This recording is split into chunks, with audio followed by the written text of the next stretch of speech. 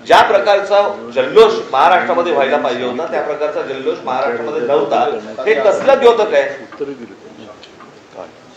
सर्वांना धक्का बसला, म्हणजे निवडून आलेल्यांना पण धक्का बसावा, पडलेल्यांना बसतोच,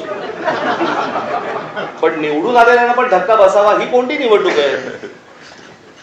तर मला असं वाटतं की ह्या अतिशय सोपा विषय आहे, या सोप्या विषयामध्ये याद्या नीट कराव्यात आणि निवडणुकीला सामोरं जावं, एवढंच फक्त आमचं म्हणणं आहे. कारण हे काही प्रश्न थांबणार नाही.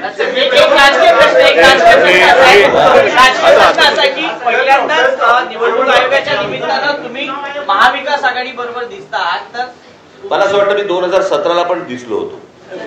सर्वांनाच बोलवलं. प्रश्न असा की मी तुम्हाला एकच गोष्ट एक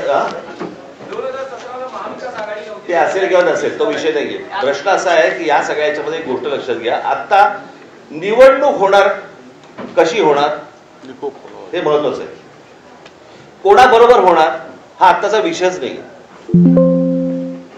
आणि ही तुमच्या जर लक्षात असेल, कदाचित त्या पत्रकार परिषदेला जर समजा तुम्ही असाल, तर 2017ला पण मी हेच बोलत होतो.